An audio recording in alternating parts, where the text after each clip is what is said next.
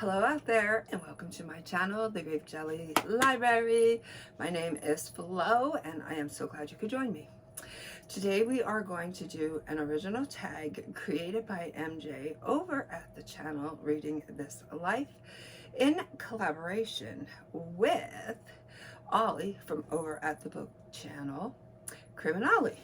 Both two awesome channels, and when you get a free moment you should check them out. I was tagged to do this by the very cool and laid back Alan from over at the channel Big Hard Books. Anyways, another cool channel. Go check it out if you get a minute. Also, I must mention, if you're going to do this tag, then there is two sides to this tag. You can do the naughty prompts, or you can do the nice prompts, or better yet, you can do both. The choice is yours. Now, I was originally going to alternately do a prompt from either side of the lists, but I decided that the major part of myself is weighing in on the nice side. Although my shirt says differently, I like to keep them guessing. So I am gonna do the nice prompts. Now, I made some notes because I think number 2 was a stumper for me. Yep, number 2 was a stumper for me. All right, so let's get into this video. But before we do, make sure to give this video a thumbs up and subscribe to my channel.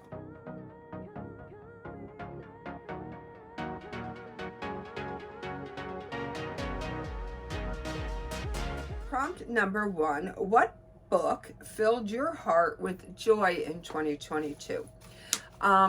It was Every Leaf a Hallelujah. It is a story of a little girl whose mother is sick, and she is sent into the forest to try and retrieve a certain kind of flower that cannot be seen by just anyone. And she goes into the forest, and when she comes out absolutely empty-handed. So, you know, her family was like, you know, you don't have to do this. You don't have to go back into the forest and try and find this flower.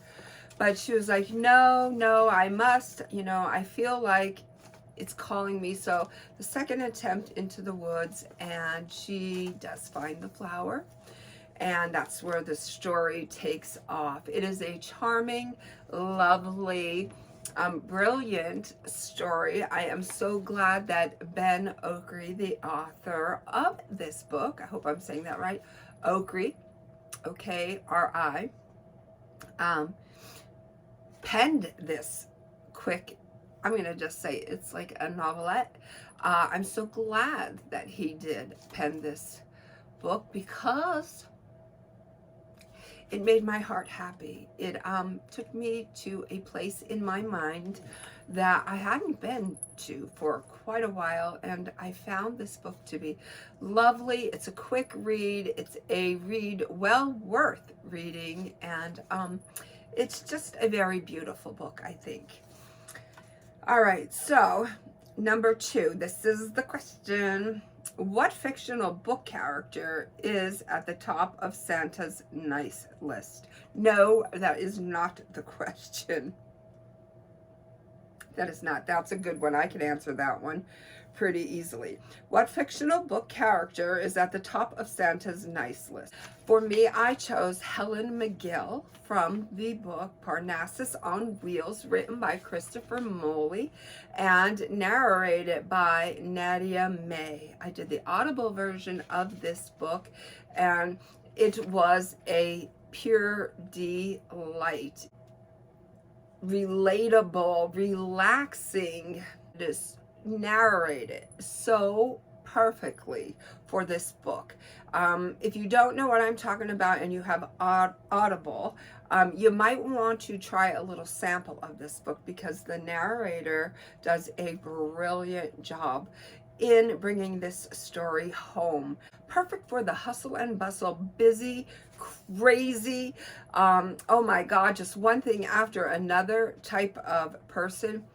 Calm, relaxing, draw back, sit down, unwind, take the wheel, and let the radio do the talking.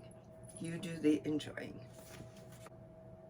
And I should say that is the story of a mobile book wagon that comes to town, and he is, the proprietor of this wagon is looking to, ditch it. He's done it his whole life and he's feeling it's time to sell, and he comes upon an older woman who has not married, has never had children, and has been on the farmstead for pretty much her whole life, and she's looking for an adventure. So she decides she's going to, purchase this book wagon, and that's when the adventure starts. Super fun book, super fun. Number 3, have you always been on Santa's nice list? Yes, thankfully, yes. I try not to get out of hand. I try to walk the straight and narrow. Sometimes, I veer off, but I try to get myself back on that path. So yes, and Santa is, pretty much good to me. So I'm happy to say, yes, I was always and am always on his nice list. Number 4, show us the nicest cover from a book you read this year. All right, I'm going with this one because I love red and blue. Love red and blue. And I haven't quite finished this. I'm that far into it. Not too much further to go, but I love the red. I love the blue. I love that it's on the bias. I love the white pop of the title. I love the gold accents. And I just think it's a beautiful book. Love it. Number 5, share a nice holiday seasonal memory or tradition. I have so many of them that it's kind of hard for me to choose just one, but I am going to go with one time Santa brought us this cool, awesome Pepsi Cola soda making machine, and a tea set as well. And I remember being over my grandmother's house. We lived in a double block and she lived next door to us. I remember going over there on Christmas Eve. We were allowed to open up, one present each. And so my sister opened up a present, and it was the Pepsi Cola soda fountain making machine. And my other sister opened up hers, and I believe it was the tea set. And I opened up mine, and I think it was a monkey puppet. Boy, I love that monkey puppet. But anyways, back to the story. So we're over my grandmother's house, and I remember sitting at the bar, because it was in the 70s and everybody had a bar within their house. So I remember we were actually sitting on the floor. My grandfather was sitting at the bar, and I remember his hair neatly combed over to the side, and a white button-up shirt, and iron slacks, and shiny shoes, and a gold watch, and a lot of pinky rings going on in the 70s. So we were making the Pepsi Cola, and he was graciously drinking it out of the teacup with the saucer in his hand and his pinky in the air, telling us how delicious that we made this soda while Christmas lights were blaring in the background and the music was going, and it was just, and there was hustle and bustle in the kitchen. You could hear all the chatter, and that was just one of my profound memories that stands out the most to me. Just really quick, the other one was, son of a gun, if Santa Claus didn't walk right up our porch steps and into our house and down our hallway and into the living room where me and my two sisters and my two cousins who happened to be visiting, one cousin from my mom's side, one cousin from my dad's side, just had a sack, Santa had a sack of toys, and he passed out coloring books and crayons and candy canes and oranges and popcorn balls, and told us to be good. And boy, oh boy, we were not afraid of him. We made sure to just remind him really quick who we were and what we needed to have the next day, or wanted to have the next day, I should say, just in case he got a little too busy and forgot. And I have to say, for any of you out there who do not believe, Santa is real, and he is beautiful, and he is a super sharp dresser. Okay, so now, what do we have here? Number 6, we are almost done, just this one and one more to go. What 2022 release would you give to someone who has been nice? This is the question. Because what I discovered is I don't read a lot of fiction, although I do have my fair share on the shelves. 2023, I'm going to turn over a new leaf, and I'm going to get to those fiction books. So this is the one that I struggled with. What 2022 release would you give to someone who has been nice? I don't know, but I'm just going to omit the 20. No, you know what? Let's play fair. Let's do this. One moment. Here I am. Okay, I'm going to say Tomorrow and Tomorrow and Tomorrow by Gabrielle Zevin. And I'm going to say this because it is a beautiful looking book, and I haven't read it, so this is the book that I'm going to choose because I've heard such great things about this book. And also, if I give it to somebody on the nice list, then we can read it together and share an enjoyable experience. 2 is always better than 1. So this is the book that I would choose to, give somebody who is nice.